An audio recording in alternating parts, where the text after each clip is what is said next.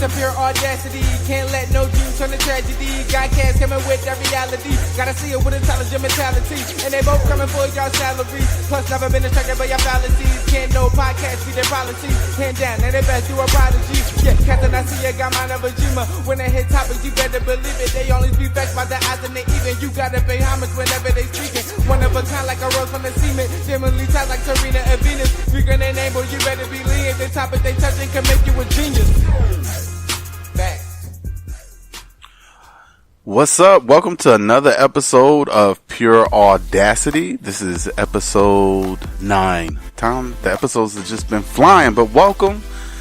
On this episode, we have some old school versus new school. We have some what's poppin'. We have some where's my belt. If you haven't already, check us out on Facebook at Pure Audacity Podcast and follow us on Instagram at Pure Audacity Pod. Arcia Santos is feeling a little under the weather, y'all, so keep her in your prayers and good thoughts. She's feeling really sick. So I've brought back Jersey as the co-host. What's up, Jersey? What's up? How you doing over there? How you doing? I'm good. My allergies actually have started bothering me today. I've been doing a lot of sneezing, so if you're listening and hear me sneeze, please excuse me. I'll try to edit the sneezes out, but you never know when the sneeze is going to come. I'm right there with you, scratching my throat and trying to get my ear to not itch. Shout out to everybody who's listening who has allergies. I feel your pain.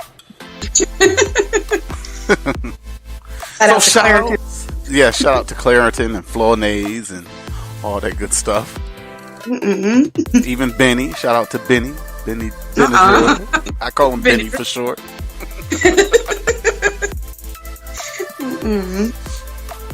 So shout outs. I actually had some real shout outs. So one of my best friends, first and foremost, shout out to God for just giving me the inspiration to keep pressing forward with the podcast and all that good stuff and seeing another day, another week, another episode.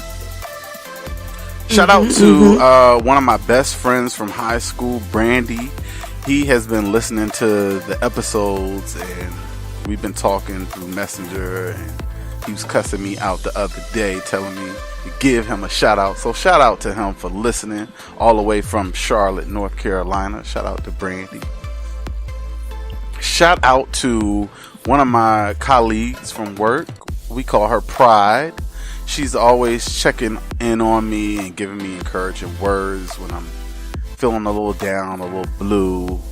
When work is getting the best of me, she always makes sure she lifts me up. So I appreciate that, Pride. And last but not least, I have a birthday shout out to Miss Kia Green, one of my good friends. Her birthday was May 22nd. I didn't get to see her on her birthday, but I got to see her and spend time with her today. We went downtown. The radio station was having in the local concert center was having a kickoff to the summer, the Dell Music Center. So they had a little concert, some giveaways. We had a good time. We walked around Center City. We went to City Hall. And actually, believe it or not, I don't know if they do this over in Louisville, Jersey, but or in the city that you listeners may be listening in, but Samsung has what they call a Samsung Experience booth. And they have the S10 in this like little trailer, and they have it connected to big screen for games. Then they have some out in the middle of the floor for you to just play around with. Then they have 3 photo booths to the side where you could play around with settings and different backgrounds to each photo booth. It was really cool. So shout out to Samsung for that experience. That sounds awesome. Yeah, it was really unique. So listeners, Google, if you need to, your city and see if the Samsung experience is in your city or coming to your city. It's something they're doing all summer, the guys told me. They'll be here in Philly until the 31st. So you don't have too much longer if you're in Philly. But get down there and check that out. It's really, really cool experience. A lot of fun. The guys were really super nice. Showed us how to take the photos and what to click and to play with the settings. I'm familiar with Samsung. So it was really cool. Then we went to Reading Terminal. Reading Terminal, if you're not familiar with Philly, is like a marketplace where you can get fresh food, fresh vegetables, cooked food. They even have like a candy shop in there. They have a dessert, places that sell desserts. It's almost like a food court, if you will. But it's really good. I saw a lot of cool stuff in there. I haven't been to Reading Terminal in years, so I think I'm going to have to make that a monthly visit for mine over the summer, because it was just so much food that looked so delicious, and I just wanted to buy everything. I got to go there on a payday. So those are my shout outs. Jersey, do you have any shout outs? I actually do. Now I do. I'm going to shout out my mother again. She's been going through some things, but she's been pushing through it, and I'm very proud of her. So shout out to her for overcoming her challenges, or at least working towards overcoming her challenges. Shout out to my wife right now, even though I'm very jealous because I'm not in Punta Cana. She is probably dangling her toes in some beautiful blue water, but shout out to her. She better bring me some good gifts back. Okay. And my last shout out is again to my Siva boy, who is sitting by me and reading me lines. So I want to thank him for that. Okay. So let's jump right into our first segment for this show is Where's My Belt? Where's my belt? Where's your belt at, Jersey? Who you getting your belt out for today? Apparently my belt is for somebody in Western Pennsylvania. Because I know. I'm gonna read y'all the headline. Bride shames wedding guest who allegedly brought 10 Tupperware containers to take home leftovers. Y'all, don't do it. You don't do it.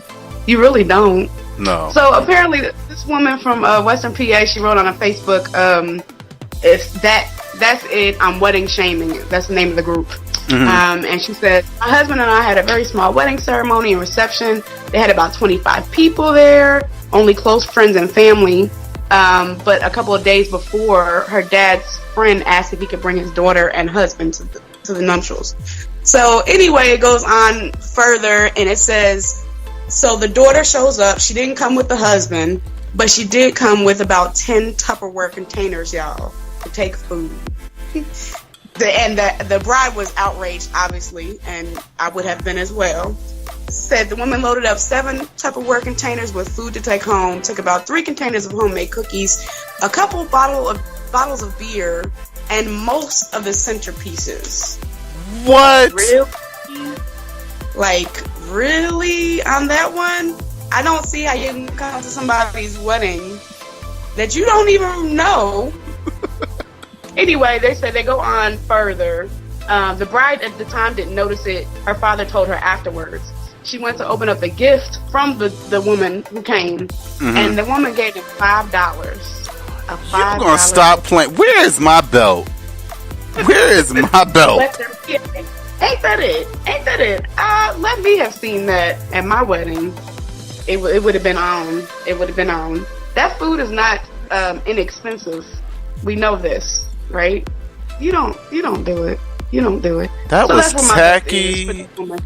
That was tacky as hell. That was tacky. Who does that? And then later on it says that she wasn't. It's not like, because I feel it. Like if you don't have a whole lot, I understand. You still don't do that if you don't have a lot. If you're not, But it says that she was not poor. She was not poor. She was not in need. She was probably more well off than the couple that was getting married. And all she gave was $5? $5. So you could barely go to a McDonald's or something like that and get for $5, and you're gonna take 10 Tupperware containers home. My belt is for that woman. I know she ate good that night though. That is tacky. That is tacky. That is so tacky and tasteless.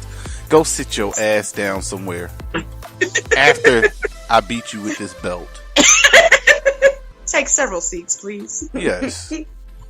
Wow. Yes. And you know what? I could see going to your mom's house, Sunday dinner, going to your mom's cookout, going to your aunt's cookout, going to relatives. As long as it's not a big, like, huge, like, she invited, or, huge event. But, if I'm just inviting my sister over, maybe one or two friends, and, our kids, and here, y'all, take this food home. I don't need all this food. But you don't go to somebody's wedding reception or big event. I've talked about block parties on the podcast before. I would never go to anybody's block party and expect to take food home from that. That's tacky. That's tacky. Where are your manners at? Where were you raised at? I wonder. I really do. But y'all can keep that in PA. Y'all can keep that over there. Put that where? Back there. Right. So the next "Where's My Belt" story is from Providence. So apparently a 90-year-old man was given a speeding ticket for speeding. He was speeding to take his wife to the emergency room. They've been married 60-something years. I think not 60-something. No, 60-something years, I believe, because he's 90. 90-year-old man rushing to take his lovely wife, whom he adores, and got pulled over and given a ticket. And I need my belt. Where's my belt for the police officer? Because he's 90 and he's speeding his wife to... It was an emergency. It's not like he's 90 and just speeding along because he's throwed off. No. He's being legitimate, So and in addition to that, he wasn't even speeding though, was he? He was going like 2 miles over. 2 miles over the speed limit, really? Right. They were that doing cop too didn't much. have anything else better to do. Where's my belt?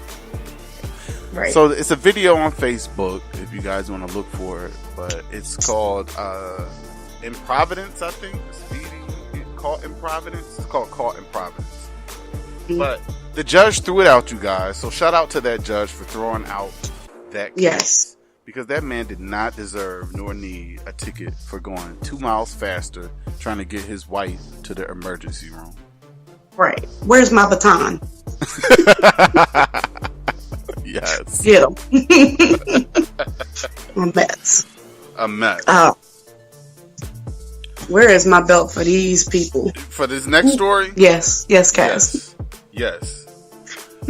Where's our belt? Because I'm ready to go in. So this next story is Texas high school has Thug Day with white students wearing cornrows and dressed in jerseys and tattoos. So as many as 30 students went to school on Tuesday at Memorial High School in Houston, Texas. Shout out to Texas. And hijacked a traditional Spirit Week event, turning it into Thug Day. The white students wore chains, jerseys, fake tattoos, and cornrows. School administrators wouldn't say whether the students faced disciplinary action, but they canceled the rest of the Spirit Week activities after a photo of the students went viral on Twitter. So, somebody on Twitter, Rachel MMA, it's a picture of a white girl. She posted these pictures and said, Memorial High School's Thug Day for Rising Senior Spirit Week. Yes, this actually happened today at an actual high school, but y'all keep saying racism isn't a problem anymore. Right. All right. So, the story gets better, y'all. But this isn't the first year school administrators have allowed students to wear racially insensitive clothing, perpetuating black stereotypes. On the same Twitter profile page as the photo from 2019, the user shared photos of past years where students used Jersey Day to wear the same clothing that black students can get kicked out of school for wearing. Let me say that again.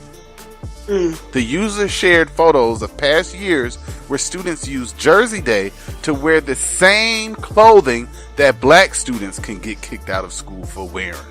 Now, ain't that some shit? What you said. According to local press, this day has been going on since at least 2015.